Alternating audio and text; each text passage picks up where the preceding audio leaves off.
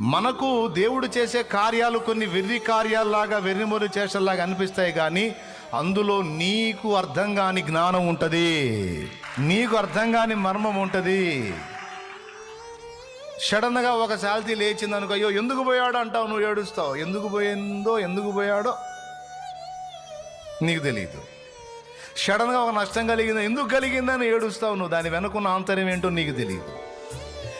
ప్రతి విషయంలో అంతే.